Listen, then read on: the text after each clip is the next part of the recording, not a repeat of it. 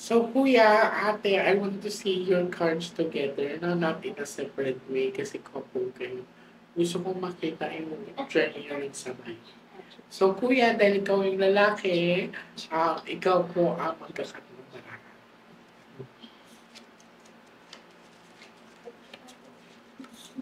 Hindi po ba pwedeng separate na lang ang reading na? Hindi po pwede. Pwede naman, pero gusto ko kasi makita yung kung ano mangyayari sa inyong dalawa. Ay, sige. Pareho sila. So this is you. I'm hoping that this is a red card.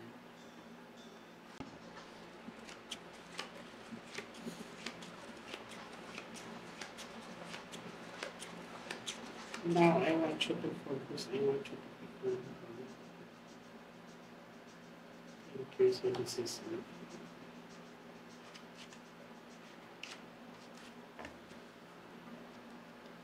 So ito na yung aura yung dalawa. Sana pula. Cup na cards.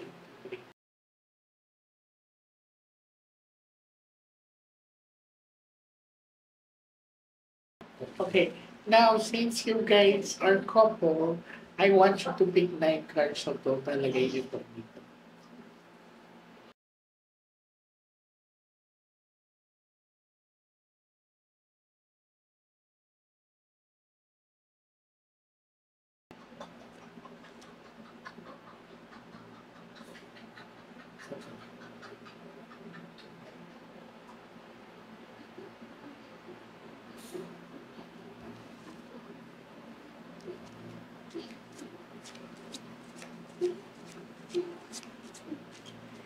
So this is you, ate. I'm hoping that this is a red card. Okay, very good. Ang ganda ng ulit ni ate. And this is with you. Okay. For the both of you, I'm very happy kasi puro red card kayo. And this is a diamond. This is a representation of being, ang diamond kasi is one of the hardest stones. So, being matapang to matibay. Ang maganda dito, kasi diamond ka, mas nag-reflect ka naman. Tapos si Kuya, hard kasi si Kuya. Actually, mahaba daw ang pasensya ni Kuya. Ang hard kasi is pinaka-center core of our body. So, ibig sabihin, this is a reflection of, like, for example, balancing. Kung iisipin nyo, matibay, tapos soft. So, ibig sabihin, nagbabalance kayo. Kailangan sa decision making, lagi kayong halfway para hindi kayo magka-clash. Okay, very good. This is a good sign also of a good relationship kasi 2 hearts. Puso ni ate at saka puso ni kuya. Pag ito ng number 3 is, ito po ay nakakatakot, it's because of third party involvement.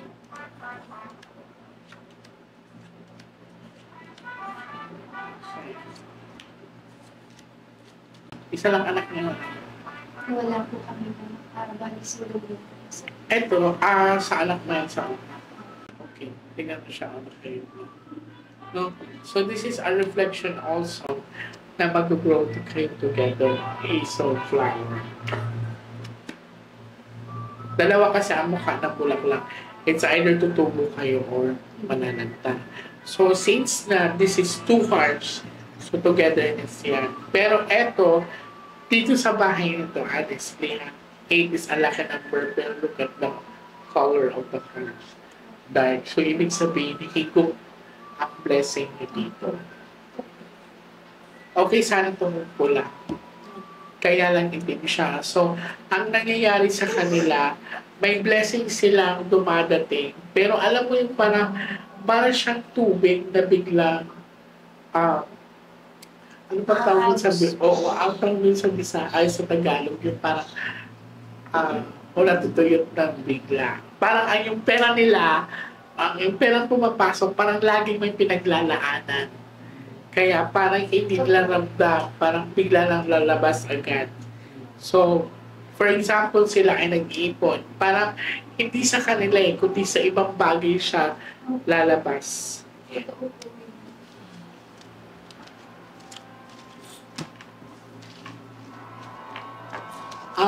Ang energy dito sa bahay ko to is higop.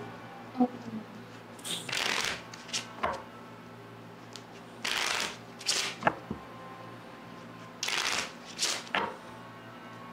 Top the cards. Three pa.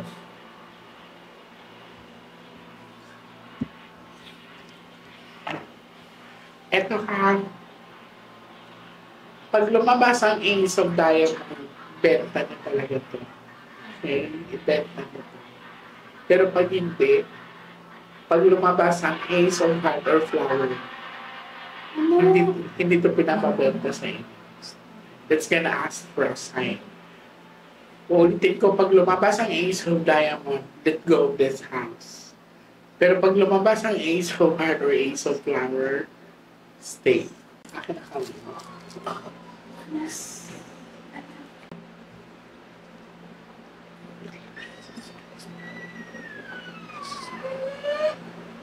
Para sa mag-asawa ng Jesus. So that's gonna ask for a sign, not the card shape to be.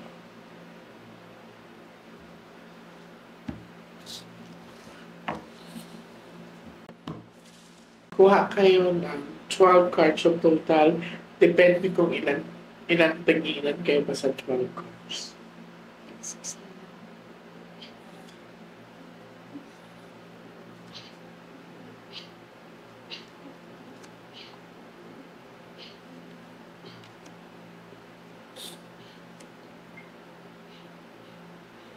So again, sa pinakita sa akin ng mga barahan nila as a couple, higop na or nahaharang, nahihigop na energy ng yung bahay na to, yung blessing nila. This is a bad luck card. Ito yung bad luck. Ghosting. So this is indication na itong area na to ay hindi maganda. I mean, there is a negative energy. Wala ba nakabang dito? Yung disco yung ano dati kasi Parang meron po. parang ganun po. Kasi since nung tinayo ko kasi ito hindi pa namin napapag-blessing din doon na nag-start. Parang tsaka nung yun nga po nung ibinibenta namin. Parang nung since nagsalita ako na ibibenta ko na, doon na siya nagtampo. Parang yun. I see. Tapos unti-unti po na lumulubog na ako and then yung mga blessings po hindi na siya pumapasok. Kasi po yung sa may times po sa baba, ang nakakapagtaka po doon, masebo po siya eh. Tapos po lang. Hindi. Wala kayong napagtanong dito. Baka na, ano kasi ito inipunta ko. Ano po, ang history po kasi dito man ng araw, Baka tapos. ano po siya, naging bahay po ito ng mga hapon ng araw. I see. Parang there's something in the Parang, ground. ano po, Hindi na nakadikit po sa kanan. nagkukwento rin siya. Okay. So, hindi ko alam kung coincidence na to, pero kanina ba lumabas to? Okay. Nakagitna. Tapos ito, it's a bad luck card wherein hindi ko control ang barahan. So, sa barahan din ng bata kanina, nilalapitan siya ng negative energy or itim na mga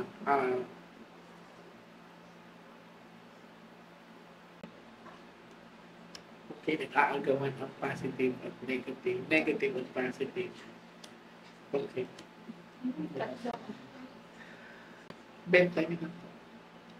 Di ba we asked for a sign? Okay.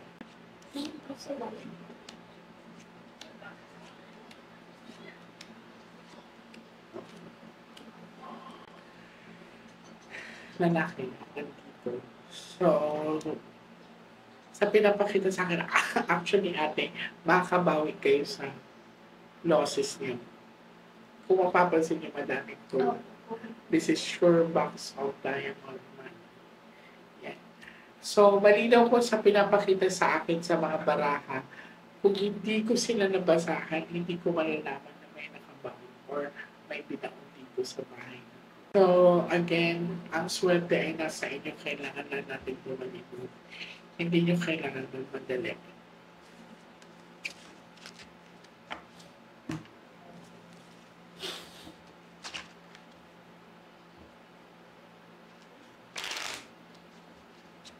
If in any case na meron kayong maramdaman na parang worse, let us know kasi babalikan po kayo. Ano ba, ako paglabas ko naman po ng kwarto, may itim na bata. Baka yun yung Pero, yun yung, top the cards ito. yung matanggap po sa akin yung katulad ko. Di ba yung dinisplay ko kanina? Na may dumidikit sa kanya na bata. Sinasabi niya rin po nakasama ko namin. Kuha kayo ng last 8 cards sa profile lagay nito. 8 cards. May rock salt naman kayo dyan, di ba? Yes. So, ikutin natin kung paano.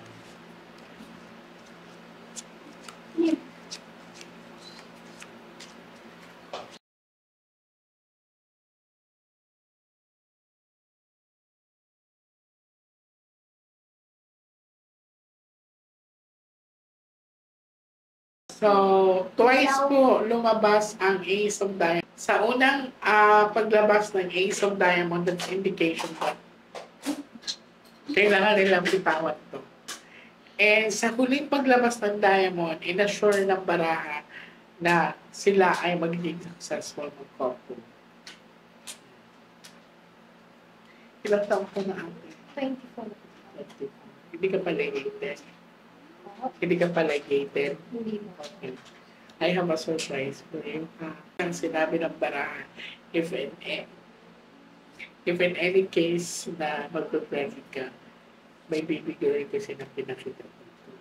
So wala pa siyang exact na month, wala pa siyang exact na year, pero I'm claiming sana pagpasok mo ng taon.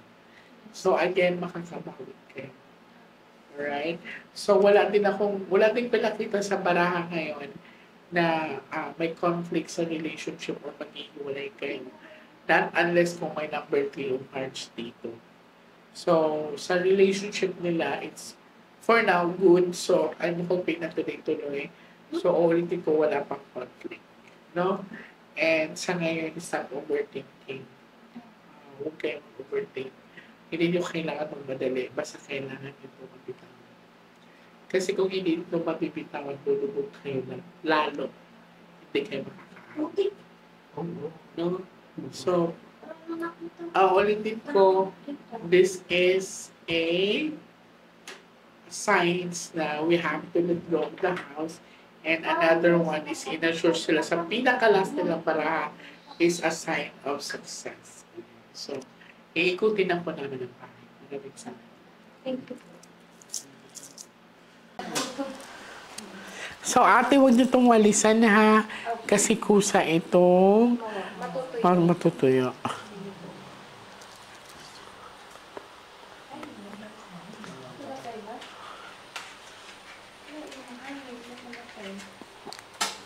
Ano to ate yung lupa? Dito kayo nakabili? I see. Kaya lang po hindi kasi natin nalaman po agad yung history. History. Na ito po pala. Wala rin pong sinabi yung nagbenta. Okay. Late na lang po talaga. So, mura lang yung pagbigay sa inyo nito? Opo ma'am, 120k po yung 100 square meter. I see. So, nasa 1 po lang po. Ma'am, yung slipper niyo po. Sige lang, huwag mong kaintindihin ate. Okay lang yan. Okay. Ikot po tayo sa labas, ma'am. Sige, dito muna tayo sa main gate nyo.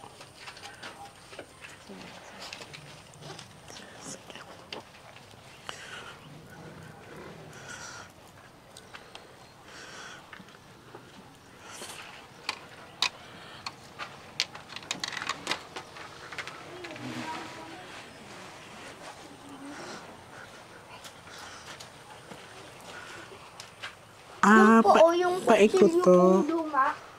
Ito po. Ay, ba't may kutsilyo dyan? Ay, may kutsilyo dyan. Ano na? Oo nga, may kutsilyo nga. May kutsilyo dito. Sino naglagay yan, darling? Ano naman? Oo. Baka ulan. Sabi mo, siya nagsabi sa akin kanina na may kutsilyo dyan eh. Hindi mo ba pinaglaruan yan? Hindi po. Sure ka? Mm. Hinahanap ko. Sige. Parang matagal na siya dyan, te, oh. Kaya nga po eh.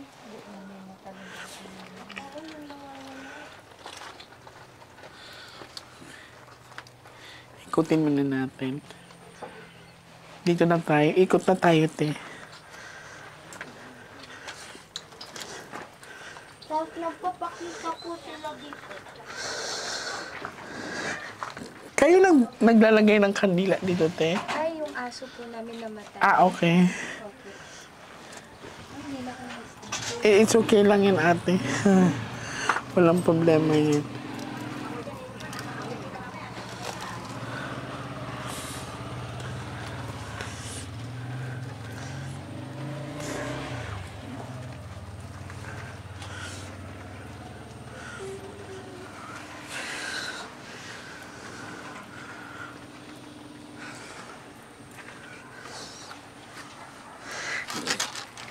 Kailan namatay yung aso nyo, ate?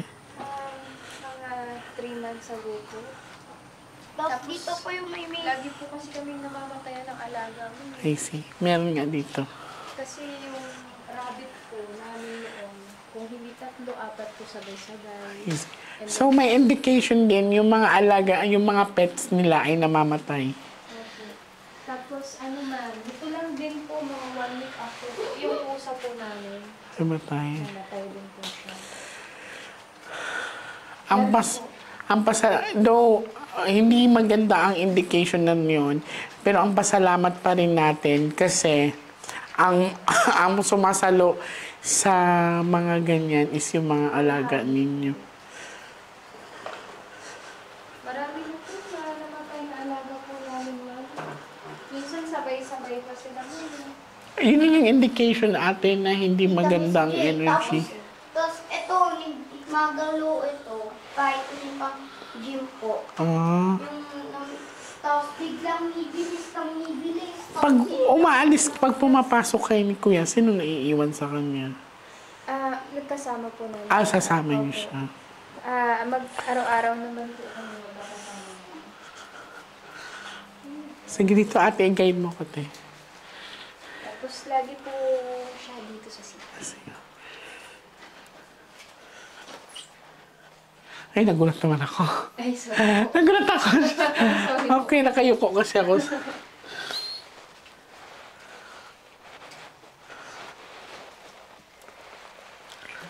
Tawagin po natin siya.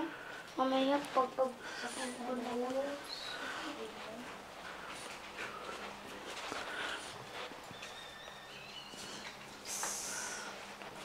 Huwag niyo muna ito patayin ng ilaw, te, ha?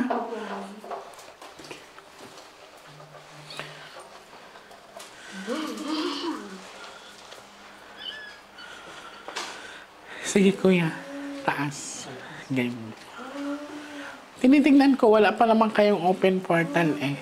I mean, walang salamin na tapat sa pinto. Sinadya ko po kasi may mga ano po, yung mga bad spirit kasi diba yung sila pumapasok.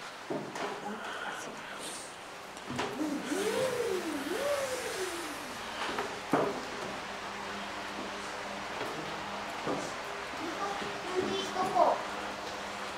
Tita Miss J, dito po sila nag-aabang. Ano tong tubig na tubig? Ano po, naglalagay po ako ng water tapos asin. No, tanggalin mo na yan kasi there is a proper way. Yan, wala lang yung silbi yan. Ako na.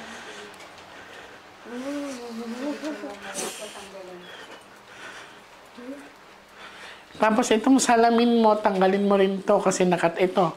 This is open portal. Nakatapat sa... Tilagat. Tapos, ayaw ko magsasabi ng Blood Mary. Nakakatakot kasi nakakatakot. Tapos, papaliw ko ng kwento. Habang kumakain na po kwento. Yeah, okay lang yan siya. Mas maganda ngayon na i-express niya eh.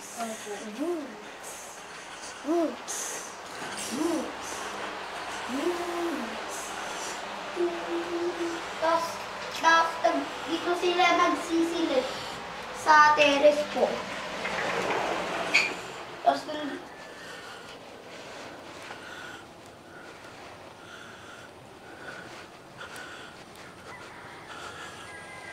Ang ganda pa naman ng view, as in. So,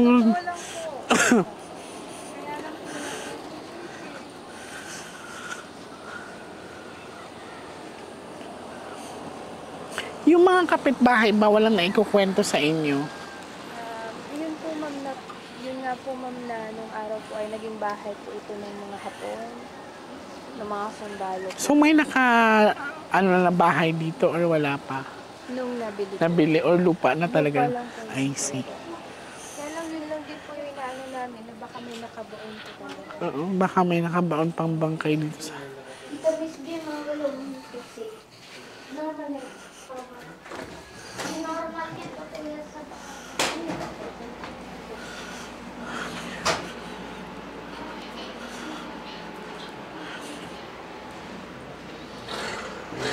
So, ayan. So, ate, pwede niya patayin.